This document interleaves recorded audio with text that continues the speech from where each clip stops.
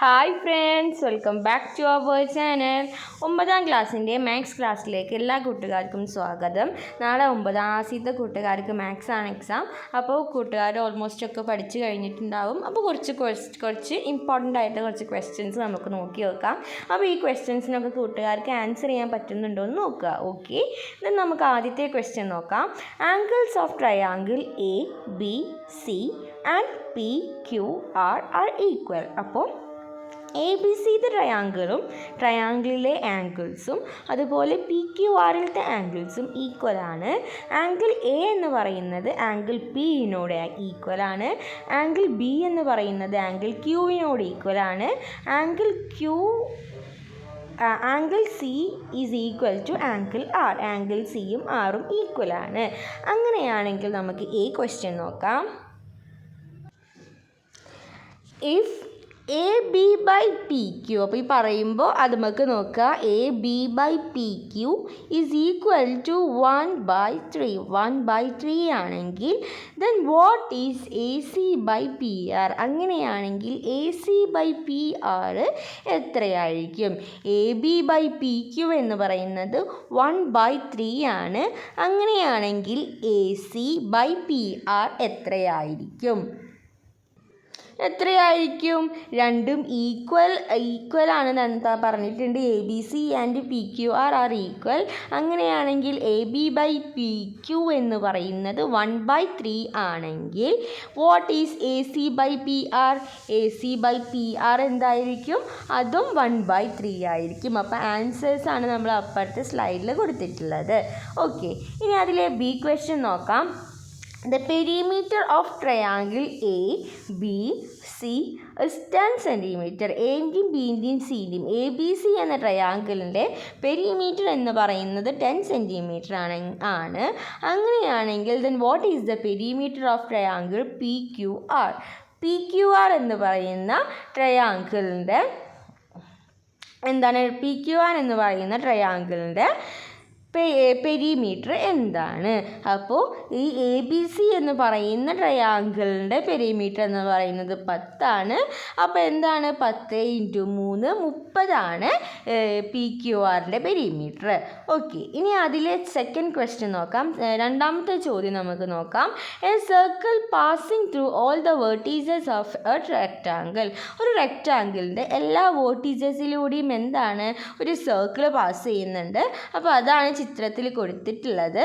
What is the diameter of the circle? അങ്ങനെയാണെങ്കിൽ ഈ സർക്കിളിൻ്റെ ഡയമീറ്റർ എന്തായിരിക്കും?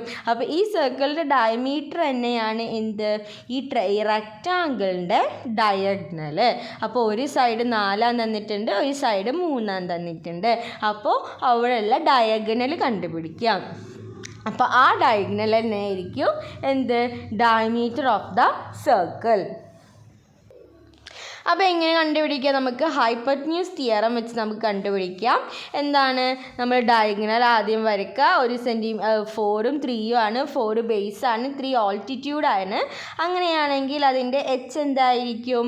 4² + 3² റൂട്ടായിരിക്കും. റൂട്ട് ഓഫ് B² + A² കൂട്ടുകാർ പഠിച്ചിട്ടില്ലേ? അതായിരിക്കും റൂട്ട് ഓഫ് 4² + 3² ആയിരിക്കും. 4² എന്ന് പറയുന്നത് 16 ആണ്. 3² എന്ന് പറയുന്നത് 9 ആണ്. അപ്പോൾ 16 + 9 = 24 ആണ്. റൂട്ട് 24 എന്ന് കിട്ടും. റൂട്ട് 25 എന്ന് പറഞ്ഞാൽ 5 ആണ്.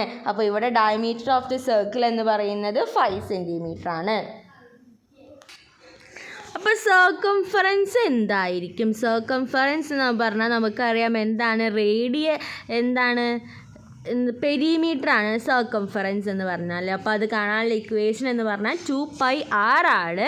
2ൻ്റെ വാല്യൂ 2 തന്നെയാണ്. പൈ 2πr എന്ന് പറഞ്ഞാൽ റേഡിയസ് ആണ്.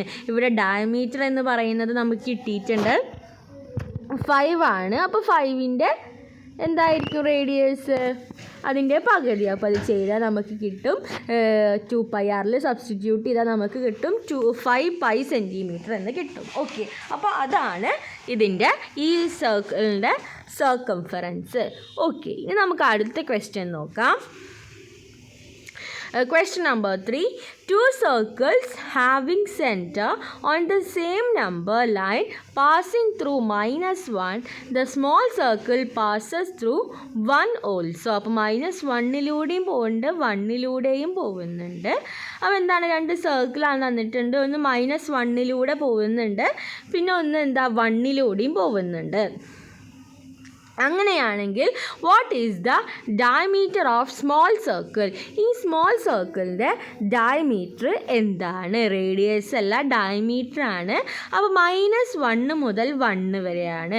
അപ്പോൾ -1 മുതൽ 0 വരെ 1 സെൻറ്റിമീറ്ററും 0 മുതൽ 1 വരെ 1 സെൻറ്റിമീറ്ററും. അപ്പോൾ 1 + 1 എന്ന് പറയുന്നത് 2 എന്ന് കിട്ടും. അപ്പോൾ ഡയമീറ്റർ ഓഫ് ദ സർക്കിൾ എന്ന് പറഞ്ഞാൽ 2 ആണ്.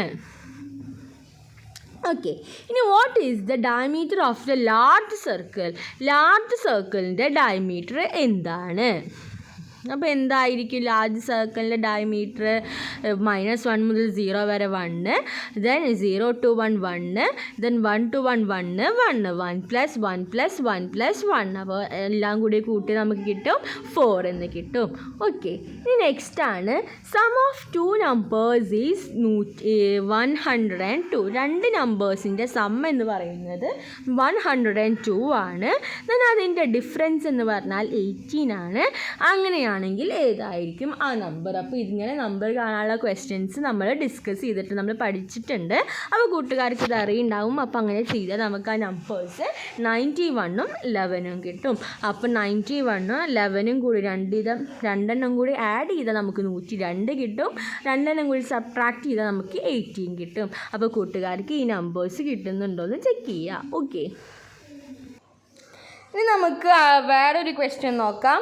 2 circles of radius 40 cm, 2 cm centered at O are drawn in the figure. അപ്പോൾ ഒരു ഫിഗർ തന്നിട്ടുണ്ട്. അപ്പോൾ അതിൽ 2 സെൻറ്റിമീറ്ററിൻ്റെ ഒരു സർക്കിൾ വരച്ചിട്ടുണ്ട്. അതുപോലെ തന്നെ 14 സെൻറ്റിമീറ്ററിൻ്റെ ഒരു സർക്കിൾ വരച്ചിട്ടുണ്ട്. Another circle drawn with dots divides the area of the region between the circle equally. അപ്പോൾ വേറൊരു സർക്കിൾ, ഡോട്ടഡ് സർക്കിൾ, ഈ 2 സെൻറ്റിമീറ്ററിനും 14 സെൻറ്റിമീറ്ററിനും രണ്ടിലും ഈക്വലായി കട്ട് ചെയ്യുന്ന പോലെ ആ സെൻറ്ററിൽ ഒരു 40 സെൻറ്റിമീറ്ററിൻ്റെ ഒരു സർക്കിളും വരച്ചിട്ടുണ്ട്. അങ്ങനെയാണെങ്കിൽ ക്വസ്റ്റ്യൻ നോക്കാം. Find the area of inner and outer circles. Inner സർക്കിളിൻ്റെ ഏരിയയും അതുപോലെ ഔട്ടർ സർക്കിളിൻ്റെ ഏരിയയും എത്രയായിരിക്കും? അപ്പോൾ ഇന്നർ സർക്കിളിൻ്റെ റേഡിയസ് എന്ന് പറഞ്ഞാൽ 2 ആണ്. അപ്പോൾ നമുക്ക് ഇക്വേഷൻ അറിയാം, πr² ആണ്. π × r² എന്ന് പറഞ്ഞാൽ 2². അതായത് 4π ആണ് ഇന്നർ സർക്കിളിൻ്റെ റേഡിയസ് അല്ലേ, 4π ആണ്. ദെൻ അങ്ങനെ ചെയ്താൽ നമുക്ക് ഇനി അടുത്ത ഔട്ടർ സർക്കിളിൻ്റെ റേഡിയസ് πr² ആണ്. ഇവിടെ r എന്ന് പറഞ്ഞാൽ 14 ആണ്. അപ്പോൾ 14ൻ്റെ സ്ക്വയർ എന്ന് പറഞ്ഞാൽ എത്രയാണ്? 196. അപ്പോൾ രണ്ടാമത്തതിൻ്റെ ഏരിയ എന്ന് പറഞ്ഞാൽ 196 π² സെൻറ്റിമീറ്റർ ആണ്. ഇനി നെക്സ്റ്റ് ബി ക്വസ്റ്റ്യൻ നോക്കാം.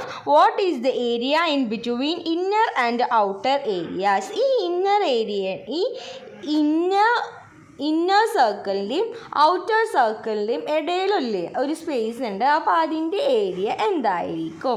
അപ്പോൾ എന്താണ്, നമ്മൾ ഇന്നർ സർക്കിളിൻ്റെ ഏരിയയും അതുപോലെ ഔട്ടർ സർക്കിളിൻ്റെ ഏരിയയും നമ്മുടെ കയ്യിലുണ്ട്. അതിൻ്റെ സെൻട്രലിലത്തെ ഏരിയ എത്രയായിരിക്കും എന്നതാണ് ക്വസ്റ്റ്യൻ. അപ്പോൾ അത് കിട്ടാൻ നമ്മൾ ഔട്ടർ സർക്കിളിൽ നിന്നും ഇന്നർ സർക്കിൾ മൈനസ് ചെയ്യുക. അപ്പോൾ ഔട്ടർ സർക്കിളിൻ്റെ ഏരിയ 196 ആണ്, ഇന്നറിൻ്റെ ഏരിയ 4 ആണ്. അപ്പോൾ 196ൽ നിന്ന് 4 മൈനസ് ചെയ്യുക. അപ്പോൾ നമുക്ക് 192 π² സെൻറ്റിമീറ്റർ എന്ന് കിട്ടും. ഓക്കെ, ഇനി നമുക്ക് അടുത്തത് നോക്കാം. If the radius of the outer circle is r, then write the area of shaded part in r. അപ്പോൾ എന്താണ്, ഈ ഡോട്ടഡ് സർക്കിളിൻ്റെ റേഡിയസ് r ആണെന്നുണ്ടെങ്കിൽ write the area of the shaded part r എന്തായിരിക്കും? πr² മൈനസ് π × 2² ആയിരിക്കും. അപ്പോൾ അങ്ങനെ ചെയ്താൽ നമുക്ക് πr² മൈനസ് 4π എന്ന് കിട്ടും, which is equal to 96 π² centimetre. ഇനി ഡി ക്വസ്റ്റ്യൻ നോക്കാം. Find the radius of the outer circle. ഈ ഡോട്ടർ സർക്കിളിൻ്റെ റേഡിയസ് അങ്ങനെയാണെങ്കിൽ എന്തായിരിക്കും? അപ്പോൾ pi R square minus 4π is equal to 96π എന്ന് നമുക്ക് കിട്ടി. അപ്പോൾ അതിൽ നിന്ന് നമ്മൾ എന്ത് ചെയ്യുക? 4π നമ്മൾ ഈക്വൽ ടുവിൻ്റെ അപ്പുറത്തേക്ക് കൊണ്ടുപോവുക. ഇവിടെ മൈനസ് ആയി കിടക്കുന്നത് അപ്പുറത്തേക്ക് പോകുമ്പോൾ പ്ലസ് ആവും. അപ്പോൾ pi R square is equal to 100π എന്ന് കിട്ടും. ഇനി നമ്മൾ പൈ രണ്ട് സൈഡിലും കട്ട് ചെയ്ത് കളയുക. R square is equal to 100 എന്ന് കിട്ടും. അതായത് R is equal to 100 centimetre. അപ്പോൾ ഈ ഡോട്ടൽ സർക്കിളിൻ്റെ റേഡിയസ് എന്ന് പറയുന്നത് 10 സെൻറ്റിമീറ്റർ ആണ്. ഓക്കെ, അപ്പോൾ ഇത്രയും ക്വസ്റ്റ്യൻസ് ആണ് നമ്മളിവിടെ ഡിസ്കസ് ചെയ്യാൻ ഉദ്ദേശിക്കുന്നത്. ഈ പറഞ്ഞ കാര്യങ്ങളൊക്കെ കൂട്ടുകാർക്ക് യൂസ്ഫുള്ളായി എന്ന് വിചാരിക്കുന്നു. Thanks for watching.